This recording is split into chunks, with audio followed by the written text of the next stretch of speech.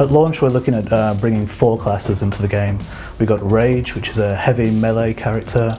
We've got Assassin, which is a much faster melee character with a lot of dynamic movement skills. We've got Energizer, which is kind of our healer, but with a twist.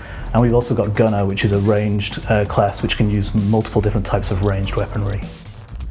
Gunner is our main ranged DPS guy. He uses guns primarily, but also uses bows, crossbows, weapons like that.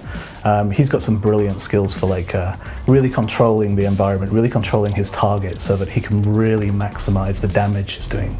Energizer is my favorite class because it's a really fine line to walk. It's a difficult class to play, but it's very enjoyable when you get it right. You're balancing on that knife's edge of life and death, not only for your friends and companions, but yourself. I'm doing damage to myself to heal my buddies. They are there to assist teammates, boosting them with powers or healing them, but they do fight. So what's interesting about the concept of the Energizer class is it's kind of a battery. It can draw in energy from mobs and distribute that energy as health to a friendly target. Rage, they are more like a kind of a big, bulky, muscular people, classes which they carry big swords, with big armors. With Rage, what we've got is our Barbarian class, effectively. He's a real heavy hitter. He uses two-handed weaponry.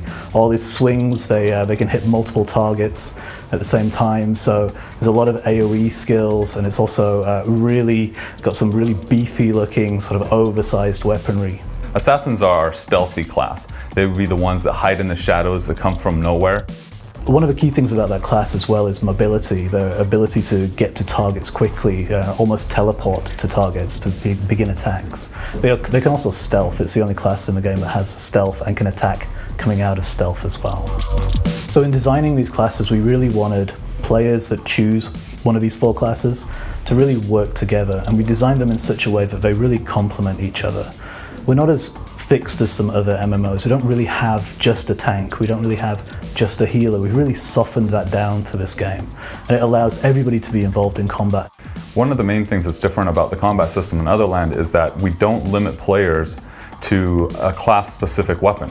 If I'm a Rage player and I like playing Rage, which uses big two-handed weapons, I could also switch to a small sword or to a gun if I'd like to.